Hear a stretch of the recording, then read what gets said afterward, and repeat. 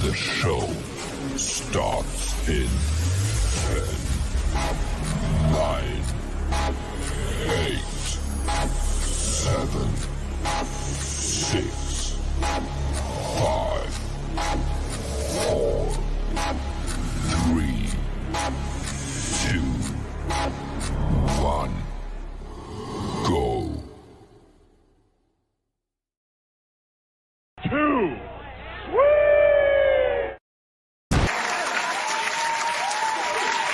Bells and bells. What's going on, everybody? Your boy, man, up here. Sorry I couldn't join y'all last week, but I am back with my tag team partners, Jason, Joey, and I don't know where the other person's at, but we're going to find out later on. Anyway, with that being said, how y'all feeling today, fellas? Good, brother. Good. How you doing? Well, I can't complain. I mean, I hope not. It is a known fact on social media now that it is Man Up's birthday, so you can't be too down. I mean, he's still on the grind today, so he's been busy, but I still had to work and pay bills, so true. That's life as an adult. Yeah. Oh man, we got a topic for everybody today. It's going to be called our favorite finishers, our top 10. So with that being said, Wait a minute. Wait. Y'all started the damn show? All I did was go to the freaking bathroom and y'all started the damn show. What the hell is this? Who did the intro? What? I mean, we all quiet now? Who did the intro? I mean, we all knew. Yeah. I told you I was gonna be right back. Y'all could have waited. Y'all could have freaking waited. No, we can't.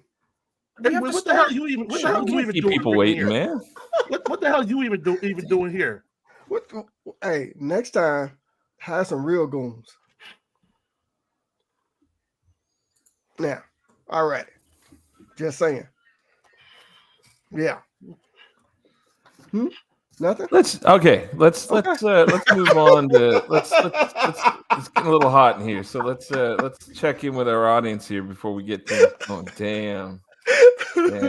It's early in the show, but I gotta hit it because it's early, but emotional damage. All right, away we go. Not the move. One, I'm pissed off. Y'all started the freaking show without me. You know I do the freaking intro. I'm gonna guess that freaking Man Up did the freaking intro in my spot. That ticks me off already. And 2, freaking Man Up is just freaking there with his stupid little grin on his face on his stupid little birthday. I'm not feeling all this at all. I'm really not. Mm-hmm. He didn't ring the bell yet, though. Yeah. There you go. Now we can start. We couldn't hear that. All right. Man Cave's in the house tonight. What it do, everybody? Platinum Swords. How you doing, brother? Welcome to the show. Thanks for hanging out with us. Oh my God. Nesha's in the house. How's it going, Nesha? Thanks for hanging out with us tonight. Hold on. Yeah. Nesha for that song. I appreciate it. I saw it. Thank you. There you go. And Eric is in the house, ready to kick some Time on a finishers. damn song for Man Up. Nice. Happy birthday from Nesha. Cedric, you're fired out. You're fired, Cedric. Nesha said it. Cedric coming in hot. Generic jobber. People have spoken. Cedric, Nesha, since you're late. Hey, love you. Thank you very much, Lee. We appreciate that. Hey, happy birthday, bro. There you go. Appreciate that, y'all. Thanks for joining us. There you go. Don't be wishing them. Yeah. So what are we covering tonight, there, Man Up? Before we got a little heated there, what are we covering? Oh man, we're covering our top 10 favorite finishers. You know, the moves that you knew that 9 times out of 10, maybe even 9.5 times out of 10, ended the match. Not the moves that they do these days that I ain't finna get into all that, but the moves that ended a match that you loved, and you was just like, whoa, you was on the edge of your seat when they did it. Yeah. What do you think makes a good finishing move, Joey? When people don't. What are the elements that you like? Something they don't kick out of. Yeah. kind of like. I mean, again, I'm kind of a wrestling purist in the way I like my wrestling. So I like. They don't have to be fancy. I don't need 630s. I don't need insane aerials and stuff like that. But if you give me something, I like it. With kind of sometimes I like it when they come out of nowhere. So I don't like. I'm not big on the ones where it's like this dramatic big buildup. But sometimes I like it when they come out of nowhere, and sometimes I like it. And the number one thing is when people don't kick out of them. That's what makes a finisher great. It is. Mm-hmm. Yeah. It is.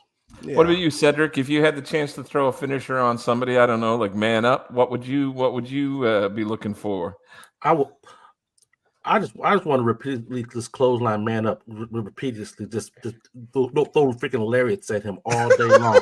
Like, just keep standing up. I'm gonna hit you with another one. Just keep standing up. I'm throwing another one. Just keep Kind of like what your goons tried to do. Man, but them goons are fired, man. Might give me some better freaking goons because for something they must have ran into your beard or something because they didn't get the job done. Hey, hashtag out there, everybody. If you're feeling like you want to be part of Cedric's Goon Squad, hashtag Goon Squad out there. Hey, I'm sending out freaking feelers, man. Hey, I'm gonna make a passionate plea real quick. Hey, Send in your references now. exactly. Give me the spotlight, JD. Give me the spotlight. All right, give me a second. Give me the spotlight. If you feel the way I feel about Man Up, and then you are tired of his nonsense and his BS, hashtag Goon Squad. I'm gonna add you to Cedric D's Goon Squad, and we're gonna handle this. We're gonna handle this because I'm freaking tired of that guy. You all just don't understand. You over there laughing and sniggling like a schoolgirl over there, but I'm gonna give it to him. And you goons are gonna help me with that. Let's do this. Hang on, Cedric. I think I got the perfect background for you. Hang on one sec here. Do you wanna fight? Do you wanna catch these hands? Exactly. Bitch, I'll catch you in the streets. I'm with that beef. Bitch, I'll beat your ass. There we go. Nah. There we go. Nah. We got to All get to the we're fun on. part of this, Moving though. on. What everybody out there tonight, you got your top 10. So count down with us from 10 to 1. We want to see y'all's top 10s, all of you out there. So go ahead and start working on it right now and get your top 10 favorite finisher ready to go. All right. Are we ready to hit this? Let's do it. Yeah. Let's do it. All Let's right. do this. Who's starting tonight? Go ahead there, Cedric. Don't. Oh, You it's a don't double have, flip. first of all, you don't have the privilege to call me out. Go ahead, Cedric. You don't have the privilege to call me out. I ain't calling you out. I said you can start. What's up, Richard? What's up, brother? Let my Morgan is in the house. mouth ever. Don't ever let my name come out your mouth ever. I didn't say your That's name. just Team Man I Up. said Cedric. Team Man. Oh, there you go. Team Cedric, Team Man Up. It's going to be like Twilight. All right, that shit. All right, here we go. You're on my shit list. You're there. One of you is gonna come on Sparkly next week. All right, here we go. God, no. Let's not even go there. Go ahead, let that go. I'm trying to- All right. Moving on. Here All we right, so go. somebody's got to kick it off. All right, who wants to go first? Go ahead. I'm sorry. Go All right, ahead. I'll start it off. Let's go. All right, here we go, Joey. All right, You for want my me- number you want- 10, I picked one of my favorite all-time finishers, definitely here, and that's a move I literally thought when I was a kid somebody was getting killed in, and that's the torture rack from the Total Package Lex Luger. Very nice one. Very nice. Looking like he was killing Arn Anderson up in this thing. First off, this move, I don't remember anyone really withstanding it and not tapping out when they were put in it. To include Hollywood Hogan on that episode of Nitro where he iconically won his second WCW World Heavyweight title. But I always enjoyed this this move right here. The sheer strength Lex had to be able to put these 250 plus pound guys on his back, like back of his shoulders like that, Yeah. and rack them. I Always wanna- was very impressed with this move. I want to say he got the giant up there too, if I'm not mistaken. Yes, he did. He racked He the sure giant. did. I was like, damn. yeah. Sure did. Yeah. So yeah, absolutely, man. Yeah, it was definitely on my honorable mentions for moves. Yeah, also, yeah, freaking Lex Luger, man. He got you up there, man. Yep. It wasn't many times that he didn't get the win off. He didn't get the win, Yep. you know. And there wasn't no long build up to it. He'd start doing that or whatever, letting you know he's about to go for it, Mm-hmm. and then he usually racked him. like 99% of the time. Yeah. Okay. Nice. All right. Good stuff. I'm gonna go ahead and go next, JD. Go for it. Then this move. There's not really a lot of moves that really popped me when I first freaking saw it, whatnot. But when I saw it, I got it. But it's like, oh damn, that was badass. Go ahead and bring it up. I'm talking about the freaking Canadian Destroyer from P.D. Williams. When I saw that move for the first time, I was like, oh my god. And it looks so freaking killer, so freaking smooth. He's the originator. And you see it nowadays when it's a freaking a transitional move now. It's like, oh, come on, man. Yeah. Like this is one of those moves that should have been protected at all freaking costs. Yes. The one he did on AJ Styles when he jumped off the middle rope and then jumped into the Destroyer on AJ Styles. That's the best one I've seen. Right. So yeah. Peter Well, Williams. spoilers. Half these moves are probably going to be absolutely transitionary moves now. Exactly. Yeah, man. nowadays, So, nowadays they are transitional moves, just regular moves. Yeah. All right, you want to go next man up, or you want me to go? I'll go ahead. All right. I'm sorry. All right, my next one is going to be bias. I'm going to admit it. It's going to be bias, and that's going to be my favorite wrestler of all time. I'm talking about Kane with the choke slam. That to me, some of the people he did that move on, it looked like he was really trying to send them through the damn ring. But I gotta throw this up there because I seen, of course, other people done it. Like the Undertaker did it before him. I can't think of everybody. Can't think of everybody off the top of my head. Sid and Big Show and all that. But he was called the Giant at that time. Mhm.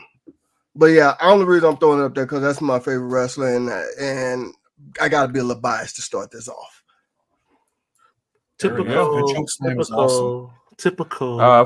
My first move was I think at the time it was one of the more devastating moves in its time. It's a transitionary move now, unfortunately, but I'm talking about the pile driver.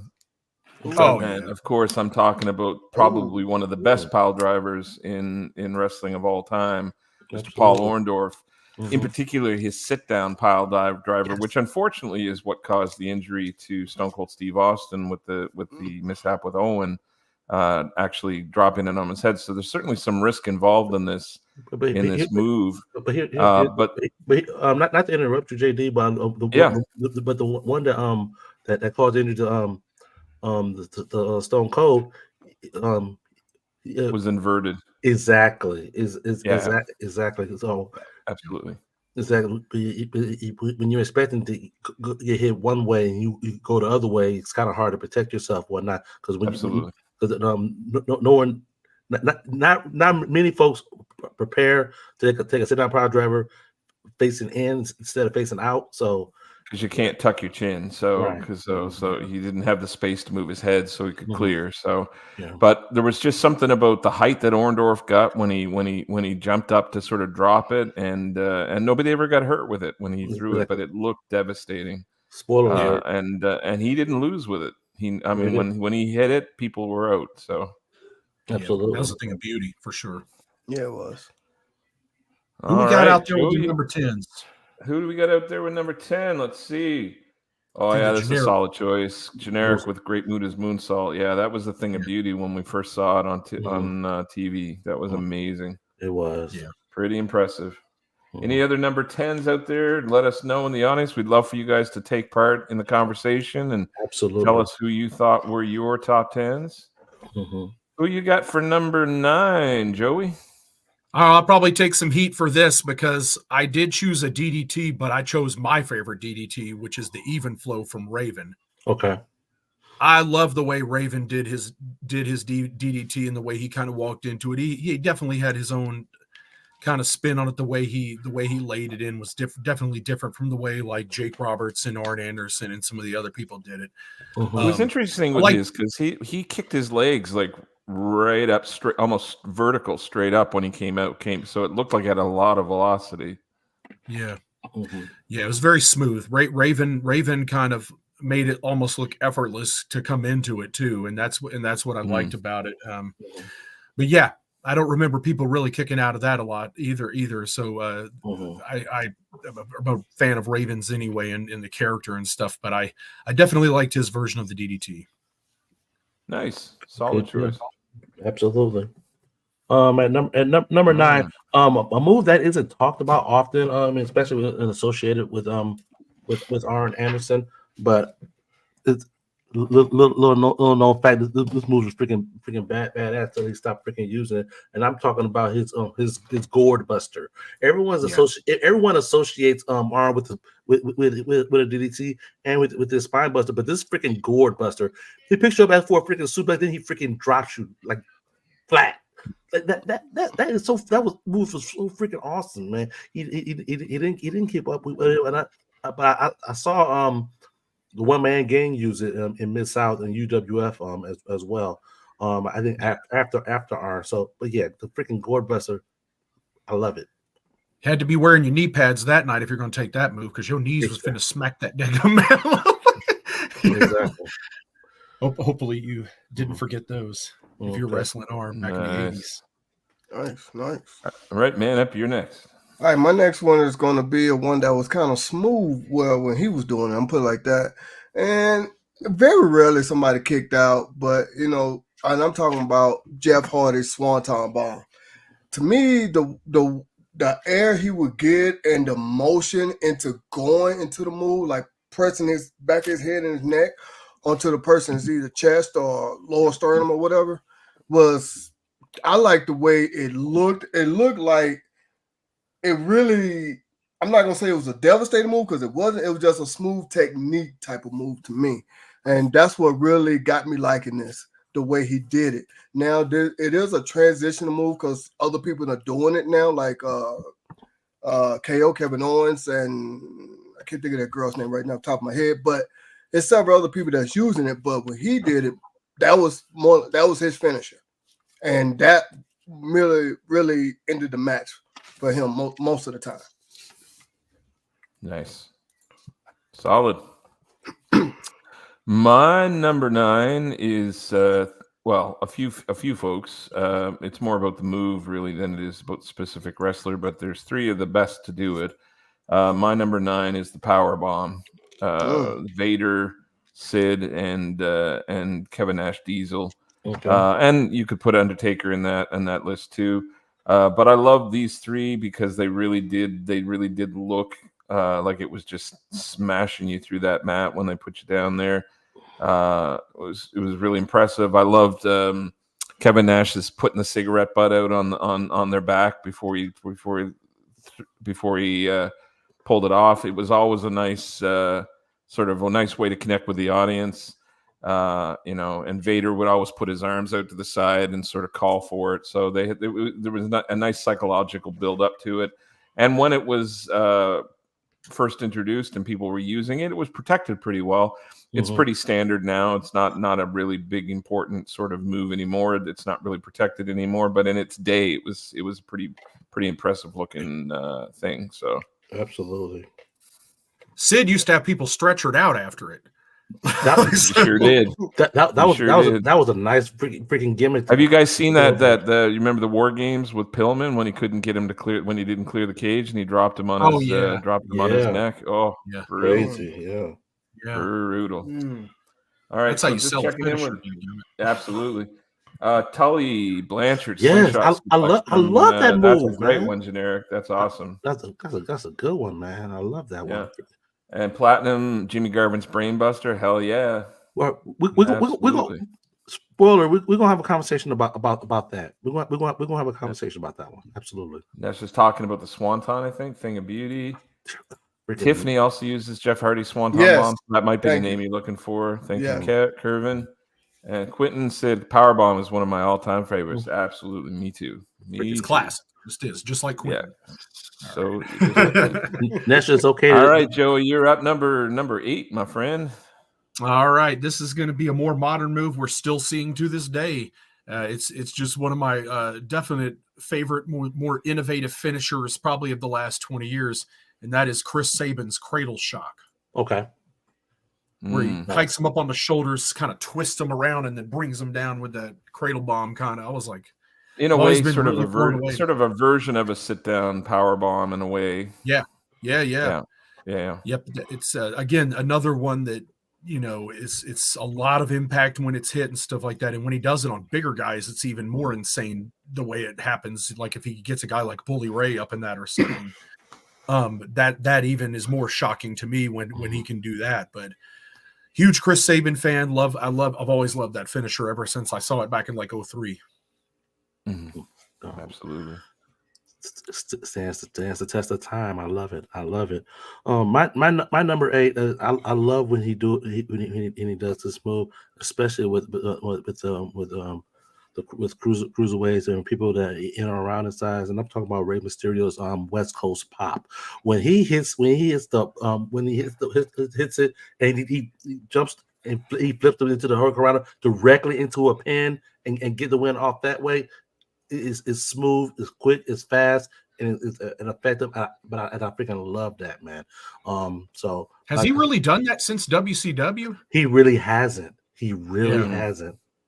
But that's why I go back to when he did that. When he wrestling the Dean Malenkos and the Juventud Guerreros and all those whatnot. But it also changed when Ray got to WWE and looked like he put on about 30 pounds of solid upper body muscle mass. He probably lost a lot of his mobility and ability to do a lot of that stuff.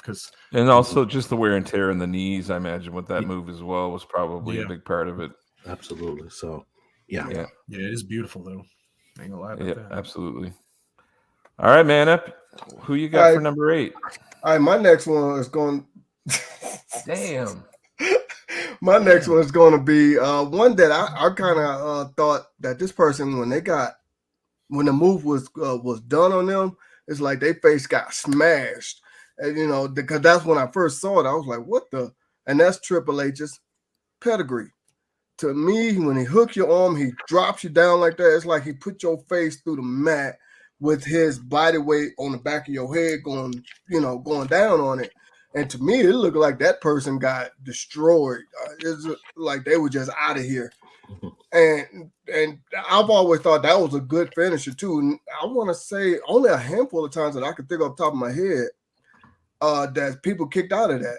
And except the Ultimate Warrior kicked right up out of it and stood up like an idiot. Love it. But he wasn't pinned though right away though. So no, he just got right up after. Yeah, he just got right up. He didn't even get a chance to pin him. He bounced off the mat and stood up on his feet. He just stood up. Dude, come on, man. So, but sell it a actually, little bit. Jeez. But yeah, well, Ultimate Warrior, like I said, he just hit the move, just stood up. He didn't even go for 1-2 or nothing. But yeah, I like this move, man. So he didn't even sell there wasn't a spring under the ring. Like he came off that mat. He came off that mat like it was a trampoline. Yeah. Yeah, and they're gonna look at anyway. it. I get where Man Up's going now. Yeah. But yeah, that's my number 8. That was a good one. That was a good one. All right. My number 8 is Joe used the word innovator when he was talking about the sit down powerbomb move, and this gentleman has certainly been an innovator throughout his entire career. I am talking about Mitsuharu Misawa, and I'm talking about the Emerald Flowsion. Now, some people haven't seen this. What he essentially did was he would put people up on his shoulder as though he was going to do a running power slam, and he would sit down and drop them shoulder first into the canvas directly down. It is, if you want a treat in terms of high impact sort of finishing moves, go watch a couple of his highlight reels. It's pretty devastating stuff, but super impressive. Really simple, basic sort of concept, but very effective. And people didn't kick out of that very often in All Japan or in Noah. Outstanding. Nice. Okay, we got a few in the audience here. That's AJ Styles Spiral Tap from Generic, absolutely solid choice. It's a shame he doesn't use it anymore, but I think along the same lines of Rey Mysterio, I imagine it's just something that sort of became less easy to pull off as he got older. Cedric is a hater, according to Nesha. And AJ Styles Pele kick is the reason I'm an AJ fan. That's just it. Absolutely. Yeah, it's not a finisher though, but I get where you're going. All right. You're up, Joey. Moving All right. on. Now this is definitely going to be a move that may not seem high impact or like a finisher most people think about, but to me it's one of the smoothest, most beautiful finishers I've ever seen in professional wrestling and a work of art, and that is Brad Armstrong's side Russian leg sweep. Okay. Now I just want to say this is not easy to get a picture of this. Yeah, of course. I know. Very I quick, just want very to say. quick move, and then he floats over right into the pin, hooks the leg, and I never saw anybody kick out of it. Like never. Yeah. When he hit this move, it was a wrap. If he could, and the way he floats over into that pin was beautiful. Was beautiful. It's like a lost art in professional wrestling. It's like to me, it's along the lines of like the fisherman suplex, just beautiful moves that have the pit, that like the perfect plex, where you have like the pin built in and stuff like that. It's like when Brad hit it, he hit this move out of nowhere a lot. Like he'd step right into it, and I really think Jeff Jarrett's finisher, the stroke, kind of borrowed from this in a sense, but just kind of reversed. But the way you could kind of just walk up behind your opponent, like he'd stick that leg around, grab around the thing, and then whip him back and finish him right off. Absolutely. Solid. All right. Solid. Great lead in for me, Joey. With the side Russian legs, we're going to transition to a wrestler known as a Russian, the Russian sickle for Nikita Koloff, man. Oh yeah. I'm 8 years old and I see this dude, his arm freaking cocked, and he freaking go freaking charging this guy. He literally takes off his freaking head off, and he gets the 1, 2, 3. So Good evening, Jason. Welcome to the show, man. We're happy to have you here, brother. Yeah, that freaking Russian sickle, man. Gotta freaking love it. Well, and he added insult to injury because when he threw it, he would run, he'd hit the guy with it, and then he'd pull him down onto the mat. So like he'd hit him, but he wouldn't just go through him. He'd like hook his hand and arm in under the chin, and he would pull them down into the mat. So even David Crockett got the sickle once, man. He had that interview with Ivan, and like it was right before Great American Bash 85. He was building up that story with Flair. He had David Crockett with that freaking sickle. I'm like, oh. Yeah. It was. I don't know why, but it was almost like a lariat and a slam at the same time. Like it was almost both. I don't know why, but I thought when you said it was going to transition, I don't know why I thought you were going to mention the Sandman's White Russian leg sweep. Damn. Which is one of the best finishing move names of all time. When you it definitely was White Russian. It had to have pretty damn good. That's pretty damn Sandman. good. All of his finishing moves should be liquor should be drink names. Yeah. All right, man. You're up. All right, my next one is going to be for someone that's going strong right now. He sometimes uses it as a finisher, and sometimes uses something else as a finisher. But every now and then he still goes to this move, and I'm talking about AJ Styles with the Styles Clash. And to me, this is kind of like a re-innovation of damn, Cedric. This is to me, this is kind of a re-innovation of the pedigree when he dropping people on their face like that. And I can't think of the guy's name that he had. That got well, I ain't gonna say he injured him, but got injured with doing it because he tucked his head and kind of damaged his Yoshitatsu. Yeah, and broke his neck and stuff. But this is a move that's pretty devastating. And once you look at it, it's like, wow. The way he does it to me, hooks your arms and legs, and then just bam forwards you down onto that mat. It's like. It's kind of, to me, it's kind of like a mixture of a choke slam and a pedigree put together. Please shut up. Please shut Absolutely. up. Please shut Absolutely. up. Please shut up. All right. So then we're moving on to my number 7. Cedric already introduced us to the lariat from the Russian sickle. I had to choose the originator, or certainly the man that, if not the originator, the man that sort of made it famous initially. Whether because of poor eyesight or just not giving a hell. he spun people with this. Like he hit them so hard they would do a 360 in the air and land on their head. It was just pure violence, but it was beautiful. And when he hit you with it, when he hit you with it, or a few of them, you usually didn't get up. So absolutely, yeah, it was beautiful violence. Exactly. I was just watching Andre and Stan Hansen wrestle earlier back like at around 80 or 81 or something in All Japan, and they beat the hell out of each other. Good Lord, they beat each other. I might go back and look really good stuff. Look like Generic Jobber agreed. Generic and I are on the same page tonight. Definitely. Yeah. Loving that Stan Hansen lariat. Yeah, kind of like Sid wants exactly. I don't know about that whole eyesight thing, though. I got to say, because I've seen a couple of shoot interviews with him about it, and he always kind of smirks or chuckles a little bit when he says when he brings it up. So I'm not sure. I'm not sure if that's a shoot or if that's legit or not. So yeah. Oh God. Nesh's becoming a man of disciples. Undertaker wife Michelle by far better. AJ style finished. There you what? Go. Uh-oh. So literally just put. Oh my God! Someone triggered Joey on that. You don't even consider her a wrestler here, all right? Ooh, damn! No, so much no. Ooh. You could be pretty but have no talent. She was neither. All right. Uh-oh. Damn. It's a double turn tonight, folks. Yeah, double turn. It's crazy. All right. Joey, you're up next. Number 6. All right. Put some of that energy into your next choice. Go ahead, throw it up there. I think I won't be the only person that picks this.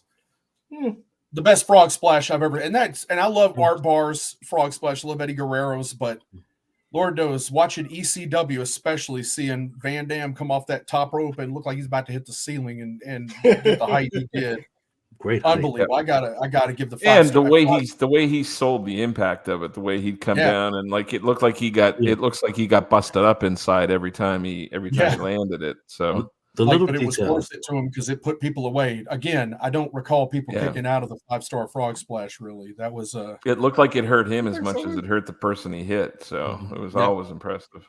I don't think nobody ever has, as far as I can think of. I don't think so. But he had to kind of crawl back over to get the pin and stuff real quick. Yeah, always good stuff. Yeah, sometimes he oversold so much he'd forget, and he'd like just barely get there in time for. Yeah, absolutely. All right, Cedric, who you got, man? And number 6, Joey made a reference to it earlier one night, but it's like one of the execution, the presentation of it, and nobody. I think a couple of folks kicked out of it. Go ahead and throw it up. And I'm talking about Kurt Hennig's Perfect Plex. Like so smooth. Went into it. Perfection. Lock the fingers, the bridge, the whole presentation. How can you not love it? Absolutely. Yeah, it was such a smooth move, man. It was so different at the time too from what everybody else was doing. So it was just such a unique thing. I remember, I always liked it. Like Ric Flair sold it well too in that loser leave town match they had. He did. Where Flair left, and he just kind of, he threw Kurt into the rope, and he came off and ducked his head, and that was enough for Kurt to scoop him, hook him, and pin him. Nice. That's how you put a guy over. Platinum says he's taking the diamond cutter over Stunner or the RKO. Okay. There you go. Tell you too, Cedric, I don't think nobody's ever kicked out of that, as far as I can think of. I ain't asked your opinion. The Giant kicked out of the Perfect Plex, definitely. Oh, okay. I do remember him kicking out, but that was believable because he was a giant and had huge legs and stuff. So I mean, it kind of makes sense if someone was kicked out of it. Like, Kurt in his head. I think Hogan kicked out of it too. I think Hogan on a Saturday Night Main Event. I think Hogan kicked out of it at one point too. Might have. I might be wrong on that, but I think so. Out of everything. Wait. Anyway, and Warrior kicked out too, if I remember right. Platinum said Warrior kicked out. What hasn't Warrior kicked out? Good Lord! I see a theme. That's a fact. He ain't selling for you. Curvin's Right, asking, Michelle what was your McCool. favorite? What was your favorite era to watch wrestling in? Curvin's asking. That's a good question. You stay tuned for that. We invite you to come Tell you what, back. Curvin, if we get through this list, we'll touch on that at the end here tonight. Mhm. So, Or all right, man up, you're up next, sir. My next one, this person did it as a finisher from time to time, and other times he would add an extra move into it. So go ahead and bring that one up. I'm talking about Rey Mysterio 619. Sometimes he will use that as a finisher. Then right after that, he would also jump, get on top rope and do a regular just a splash, no frog splash, no special effects to it. But every now and then, he would use that as a finisher. Now, sometimes people would catch him, so it wouldn't really be a finisher. But I like the way he do it because his small stature, it made it look like he was really whipping around and hit you real hard in the face. And if I'm not mistaken, I think that was John Cena. I think he broke his nose with it. I think that was John Cena, but one person he broke the nose with it, and for some reason, with his small stature and him whipping around real quick to do that move, it looked like it really knocked somebody out at times. So I got to give Ray some props with that one. Facebook users also reminding us that Bret Hart kicked out of the perfect plex because that's super. SummerSlam. That is one of the best transitions into the sharpshooter I've ever seen. When Purple went for that leg drop, then Bret caught it, then flipped it around and did the sharpshooter for the finish. That's like one of the best transitions I've ever seen. The best matches of all time for sure. I enjoyed that. I enjoyed that match. I really did. Me too. One of my favorites. Nice. That's just saying, Hush Cedric, great choice. Dear man. God, get off it. Get off There it. you go. Jesus Christ. So one of the things I'll say about my finishing moves in the top 3, 4, 5 of this category, I'm sort of taking into consideration, can they throw this move on anybody? Because some of this stuff is really great, but some of it, some of these moves they're not going to throw on the giant or throw on like a super heavyweight if they can't pick them up. So I'm starting to consider that in my upper part of my list. I'm starting to say, like, how versatile is this finishing move? Can you pull it off on anybody? In my spot, I got the figure 4 leg lock, of course, because you don't become 21-time world heavyweight champion. Yeah, I said it, 21-time heavyweight world champion if you don't have a successful finishing move. And of course, I don't need to say much about Ric Flair's success with this. So I love Tommy Young is in this picture here. Tommy Young is like one of my favorite reps ever. Yeah. There you go. OG NWA selling that pain, man. Yeah. Yeah. Sting, even with the face paint, you can see the pain. Exactly. Yep. Good stuff. Flair like to use the ropes and everything, hang on to ropes and get the leverage. Yeah. And the great thing about that move was it had a reversal, so there was always that sort of psychology of playing out that game of chess between the guy that puts it on and the guy that reverses it and reverses the sometimes Sting would fire up in it. He'd start beating his chest, looking at him. He'd be in the move, like he'd fight the paint off, and start, I think a good finisher too is something like either it's explosive or it's something that allows the audience to sort of participate and sort of get involved in it, and that was definitely one of those finishing moves for sure.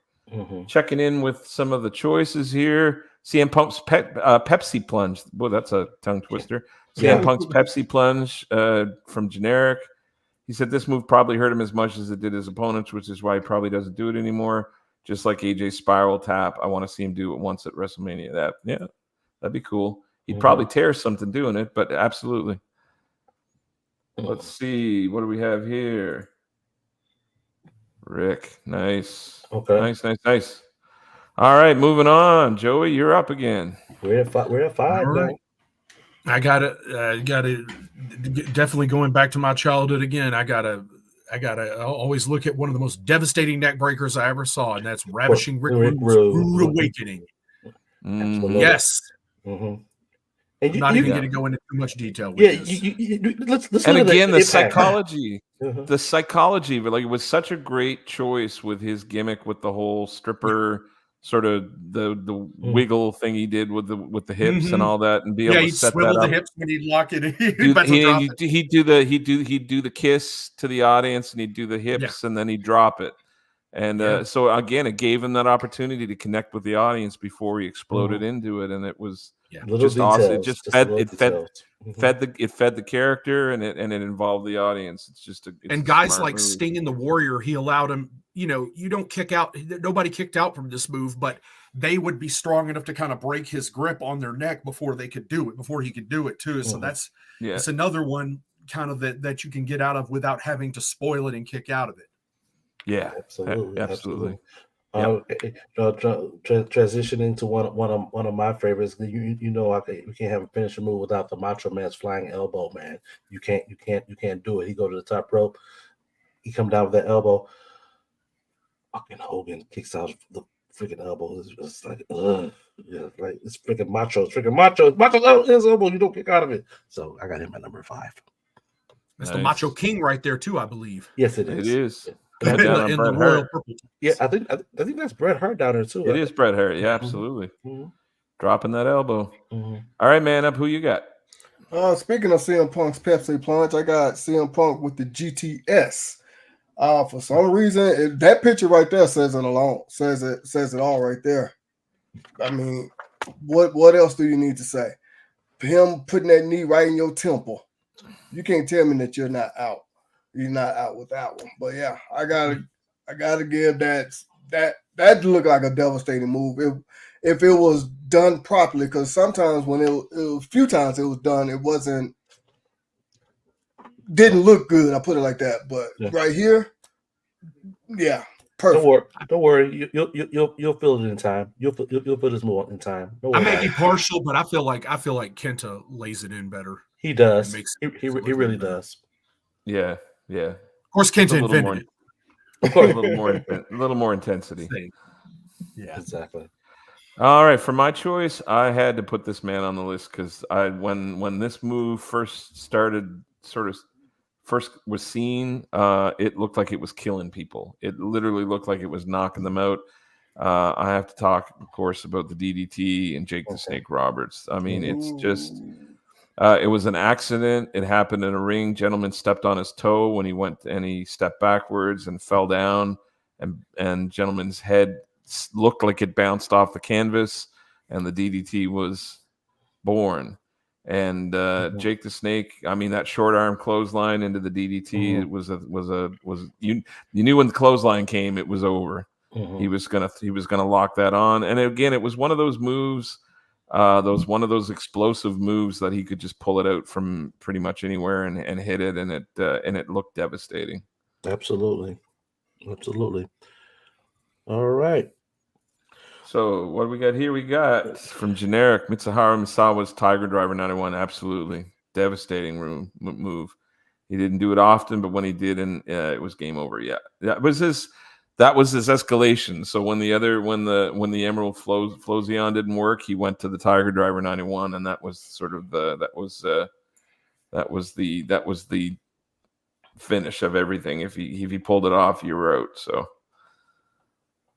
all right, Joey, you're up, man. No, we're back to me. All right. All right, my number 4 was mentioned before from an audience member, but it is AJ Styles Spiral Tap. Okay. God knows, man. That the way this move alone is one of the most impressive aerial moves from the top rope I've ever seen. Yeah. Okay. I don't even know if it's just age and abuse to the body, because AJ always seems so resilient and not beat up like that. Like he never seems to really slow down. I just think it's just like how he never really does the Styles Clash anymore there either, because people just don't know how to take it. And I think this is one of those things where you have to have a lot of trust with him because of the way he lands on you with this move too. It's pretty incredible that he didn't like break people's faces and stuff with this, but he never, all of the Creed brothers who keep landing with their butts on people's faces and stuff. This is art. You never hurt anybody doing this. So I'm just saying. Absolutely. A whole little detail. Hit the move, and everybody gets go home at night. So imagine that, right? Yeah, we're looking at you, AEW. Okay, my number 4 with all the variations of the Ace Crusher out there, whatnot. I'm going with Stone Cold and his Stunner. For simple.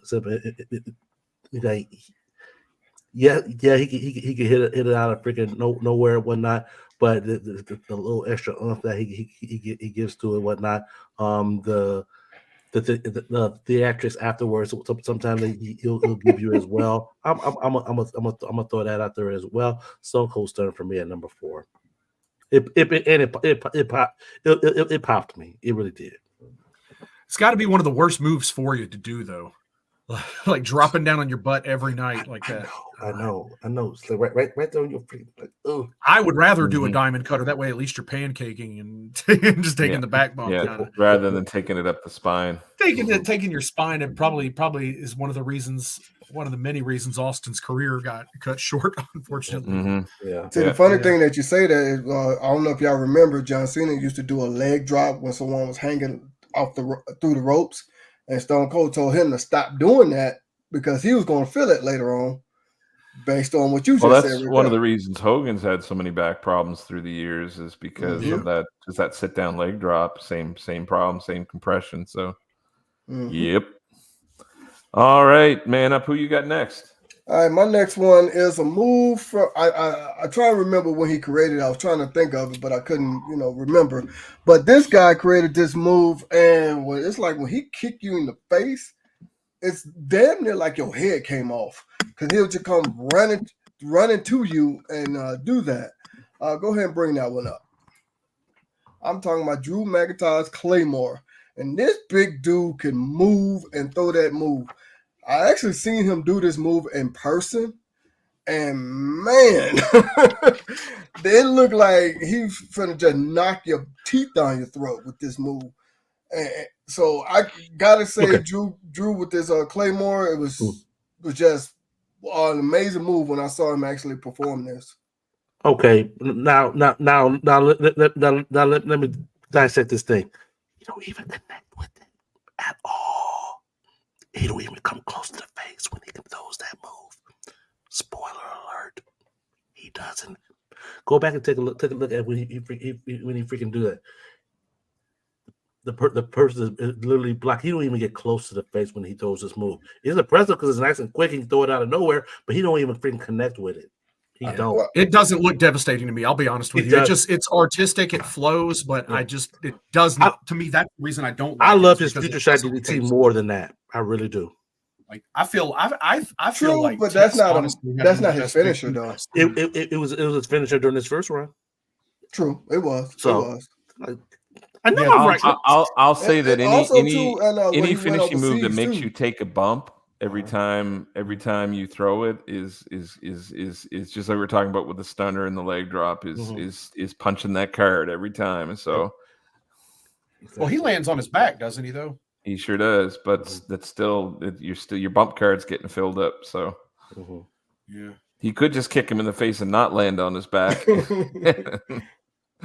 Yeah. All right, going on to my next. It already got mentioned, so I won't say a lot about it. It was a thing of beauty. The psychology of him up on the top and the way that he'd throw those fingers up and the fingers would go in the circle and the oh yeah and all of that. Thing of beauty. And that man just seemed like he floated in air for a few seconds when he came up. The height he got on that and the velocity when he came down was always impressive. Absolutely. Man, he was killing the business in the 80s, doing all these crazy aerial moves. How dare he? How dare he be how dare he be the greatest of one of the greatest? All right, let's check in here. Who do we got next? We had Platinum saying DDT, number one for him. He loves that DDT. You're out of order, man. Where you at? All right. That's okay. He can spoil it. He can jump ahead. Generic's got Sid Vicious powerbomb. Whenever Sid hit that on jobbers, especially it looked like an attempted murder. He's not wrong. Yeah. Curvin says nobody but Austin should be using the stunner. He said he doesn't not the same. Okay. Nesh's got HBK Sweet Chin Music. She loves that. Yeah. And Platinum's torture device, Road Warriors finisher. Yeah, I mean that looked like Doomsday device. Yeah. Yeah, absolutely. Right. Oh, spoiler. All right, Joey, spoiler, who you yeah. got? All right, my number 3 is my favorite clothesline finisher of all time, and I'm talking about the Rainmaker from Kazuchika Okada. Okay. Love this ripcord clothesline. Everybody now wants to do ripcord moves, and no one does it anywhere near as good as I can't remember. I saw somebody do it, does like a ripcord knee or something. It just looks. Mm-hmm. I don't know. I don't know if how Okada pulls it off, but he makes this move look so devastating. And then, of course, Kenny Omega was definitely great at selling said Rainmaker because he made it look like it'd kill you and stuff. And I think it is. I think it's his build. I think he's got the length in the arms so that like he gets the right distance. He gets you way out there and bring you back in, and pulls you back in so that he gets enough. He's strong, but I also think a lot of it's just that the length of his arms, and he just gets enough distance to really gain some velocity in the hit. So sure. You know, he puts a lot of impact, and he steps into the clothesline when he does it. He gives you all of his power into it, which is what a lot of these guys, when they do it, it looks weak when other people do the move because they don't throw their whole shoulder into it like he does. Well, I was just going to say too, like a lot of other people, when they throw those clotheslines or those lariats or those, they hit with the shoulder more than they hit with the forearm. And as you can see there in that still image, he's it's all forearm against the collarbone and the chest, so it's a very different placement. But it's the way maybe it's just the image of it, but the way he kind of steps into it when he gives the impact, it makes it look more devastating. Yeah, absolutely. Very explosive. Good deal. All right. In the interest of time, I'm gonna go through my number 3 real quick because he was mentioned before. The original of the DDT, Jake the Snake Roberts. The whole snap. The whole snake like it really would not.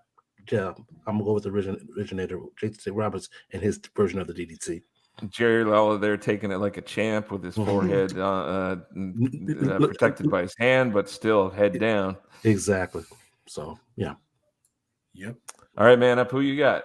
Yeah, to try to catch up on time, I'm going to go with this guy here. I loved it when he started doing this move out of nowhere. Instead of setting you up for it, to me, it was better. And I'm talking about Randy Orton's RKO. Okay. Who set up for it?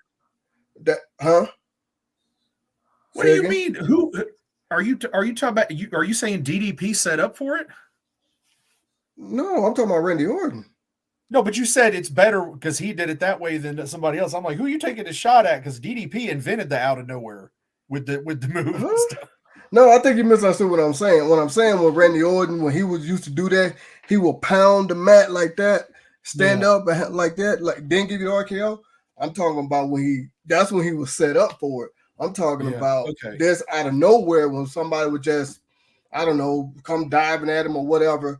You know, that to me was way better than setting up for the RKO. So I gotta give Randy Orton some props on that one. There you go. I just to save up on time here, I also had Randy in this spot as well, the RKO, and I could definitely put DDP in this position. I think DDP was being the innovator of the no setup RKO, of course. But it's a devastating move. It looks effective, and it works on most opponents. Yeah, because you're really just using their body weight against them. So. Yep. And there's Cesaro doing what he did best in his WWE career, losing. Oh, damn. All right. Wow. All right. So then we had Nesha with Charlotte's figured 8 at number 3. Absolutely. Okay. Generic had Dudley Boyz 3D. Masato Tanaka is the only person to kick out of this fissure at November 2nd. Remember, 98, I believe. Awesome. We are. I think Cedric was trying to get that in earlier. Yes, exactly. Spoiler alert. Yes. Well, yeah. Stay tuned because notice we're going to cover tag teams. Yeah. Let me get it out, JD. Goddamn. Jeez. Cedric was playing that heel tonight. Absolutely.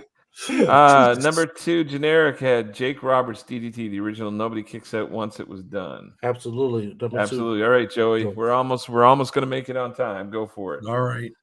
Definitely one of the most impressive finishers I've ever seen in my life, still to this day, is Scott Steiner's Frankensteiner. That was my number 11, Joey. Good Lord, this thing. And the fact that, look, here's proof. I'm going to say something real low here, but I ain't going to say it. But that man landed on his head every time he did this. And guess what? And you could I'm tell sure- with his promos in the late 90s. But you know what? He never killed anybody. So No, I'll tell you that. but we got Steiner math from it. You dang right.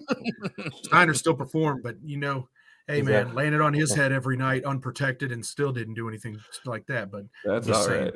But no, I'm just saying that was a beautiful thing, man. The fact that a man his size could leap that high to jump on your shoulders with his legs and then sling you over like that. Yeah. I mean, that's something to me. It's not impressive when you see luchadors do a Hurricane Rana and they only weigh 150 pounds. When you got a 265-pound man leaping 6 feet into the air to get on your shoulders and throw you over. Cool. Yeah. Cedric. I earlier saw someone that mentioned about the brain busters and whatnot. My favorite brain buster is Coco Beware's brain buster, or what WWE called it, freaking Ghostbuster. When he brought you down, it looked like he was dropping you on your head, but you were on the top of your shoulder blades. It looked good. It presented well, and the person was still freaking protective. Jimmy Garvin's when he did it, his was kind of in a slow-mo motion. But with Coco, I think really nailed the freaking brain buster. Nowadays, with folks they now call it a brain buster, it really is. It's just a high landing suplex. That's all it is. I've worked a lot of shows with Coco on the indies, and I'll tell you, I've seen him use it as a heel. Even nastier the way it looks, but everybody was in the back smiling and shaking hands afterwards. So again, the art of it, Coco made it look so damn devastating, like he was going to kill you with it. And people don't know that Coco was very strong. He had that short stature, but he had a low center of gravity. That man was strong, and like I said, like Cedric was saying, when he brought you down, it was fast and devastating. I'm like, God, man. Exactly. Awesome choice. Man up. Who you got next? All right, my next one is going to be the Stone Cold Stunner. And to me, the reason why I like that one is because I like the way sometimes I know I can't think of the person who did it before him because Stone Cold mentioned that, but Stone Cold added that. It was Johnny. No, Michael Hayes. Yeah, Michael Hayes. Sorry, Michael Hayes. But Michael Hayes created this version of it. Laurinaitis actually came up with it over in Japan originally.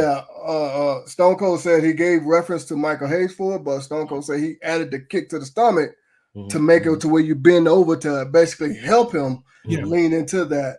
So Jimmy Garvin did this move on WCW when he had returned to take Michael Hayes' place in a match. He'd retired actually, and he used it, and they called it the 911. Johnny had created it and had first pulled it off in Japan. It was called the Ace Crusher. No, that's a diamond cutter. That's a Ace Crusher is a plant. Oh, sorry, wrong. Yeah, but I'm right with similar. the rest of them. A nod to it, just a variation. So many of them. They're all variations of the same move. Yes, no doubt. Okay, my number 2 is Sharpshooter Bret Hart. That picture. The psychology of it, he could hit it on almost anybody. I mean, he was even, the image of Stone Cold bleeding on the canvas, the psychology of it. Look at that. Again, it had the counter of getting, that pull to the ropes. They'd crawl to the ropes and try to get him to release it. It had that built-in psychology, and there weren't very many people getting out of it in his IC run and his run to the world title. It didn't really start to get broken until late in his run in WWE. So, all right. So checking in real quick, we had Jake Roberts for generic with number 2, the DDT, solid choice. Number 4, figure 4 for somebody in the audience there. Number 2, Hart Sharpshooter. Number 1. Kervin saying the super kick is overused finisher, the most overused finisher. Absolutely. Ain't a finisher anymore. But yeah. I'm kidding. Platinum, nice solid choice. Big Bubba side slam. I like that. I like that one. Steiner math. Yeah, we love Steiner math too. Big fans of Steiner. We ain't got enough time to get into it tonight, but but we will. Come back again another night. We'll definitely get into some Steiner math. All right. All right, Joey. Who you got for number 1? All right. Well, it's already been named, so we'll get Yeah. through pretty quick. But it's a Bret Hart sharpshooter. Okay. Good Lord. And I mean, Yeah, even Kevin Nash there with those long legs, he's still pulling it off. Yeah, I really enjoyed it the way like Mr. Perfect sold it at SummerSlam 91. He went straight to the tap out. I always enjoyed that kind of thing. If he could get it locked on you, he ought to finish you with it to me. But yeah, I mean, the way it's, I love Sting's Scorpion Deathlock. I love different versions of this move. But the way, Bret, the way he cranked it, I don't know, something about that and the way he applied it, he looked like he was killing a guy. Hey, yeah, we bring up that SummerSlam. When Bret leaned back on Perfect too. Damn. That was killer. That was killer. My number one was mentioned also earlier, but Paul Orndorff's sit down pile driver. Big John calling for it in the audience there, ringside. Yeah, Big bring him down. stud. Boom. Just look like he's hurting someone, but it's like so protected, but it's still and he jumps with it. He jumps with it. He jumps up in the air. That was you see a lot of birds would just look like lean back with it. No, he jumps with it and he protects you. It's beautiful. Yeah, lovely choice. Love that choice. All right, man up. Who you got? Who's number one? My next one, I couldn't decide between the two because they both do it nice. One of them gets a lot of hang time. The other one, I think the technique was better. And I'm talking about the Frog Splash with Eddie Guerrero and Rob Van Dam, aka RVD. Of course, Rob Van Dam got the hang time, and it looks so beautiful the way he did it. I think Eddie Guerrero's though was more of a technique for me. So couldn't pick between the two, so I'll put them both on there with the Frog Splash. Love it. And I won't spend it very long on this at all. It's already been mentioned a few times, but my number one has to be the Stone Cold Stunner. It's probably one of the most iconic finishers of all time. That kick to the stomach and the setup of it was part of the psychology that fed the character, fit his character perfectly. And again, it was one of those moves you could pull on anybody. He could put it on Vince McMahon. He could put it on Big Show. It worked for everybody. So really efficient, really effective. Great psychology for the character. Equal opportunity stunner for everybody. Absolutely, everybody can get it. So then we had number one. You want to just hit these real quick before we call it? Yep. Kenta's got his burning hammer. Kenta Kobashi, absolutely. No, but I mean nobody kicked out of that. It was very well protected. That's a fact. Yeah. Number two, Flair. Number one, sharpshooter for a Facebook user. Platinum. Nobody kicked out of the sharpshooter. Nobody kicked out of the sharpshooter. I love Ever. That's awesome. Facts. The Rock cannot do the sharpshooter. This no, is it's terrible. I'm sorry. Most of the moves we did were worst. Joey on the same page. Finally, that's my number one. There we go. And that was, I think, the sharpshooter. So okay, good. There we go. We made it. All right. Little over time. I blame Man Up for that. Yeah, I know. Don't get mad because your goons couldn't do the job. Goons.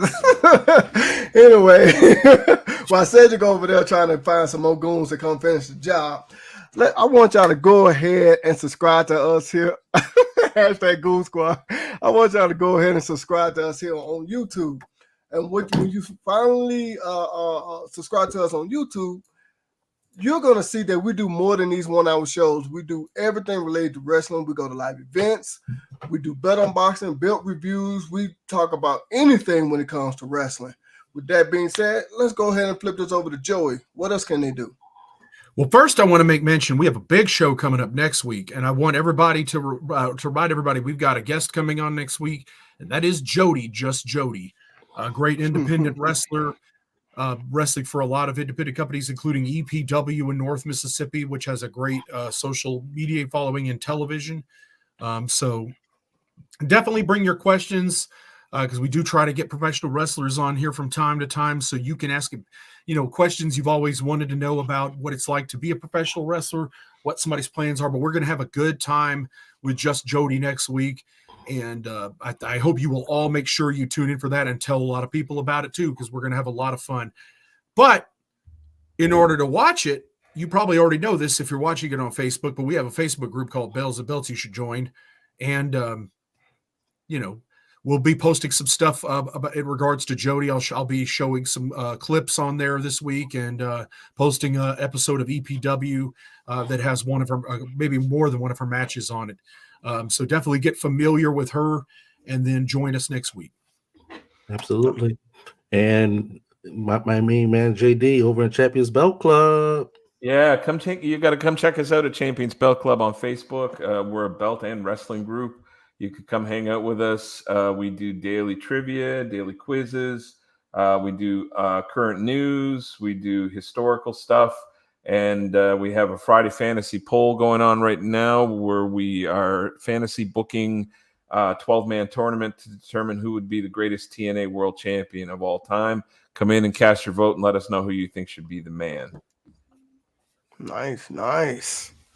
All righty, y'all. I'm glad y'all was able to sit back and enjoy the show with us. Feel free to go ahead and hit that like, subscribe, and comment. That will also help us in the algorithm. With that being said, Cedric, with that being said, we're finna go ahead and get up out of here. I hope y'all finish all that popcorn. Y'all have yourself a great evening now. Yeah.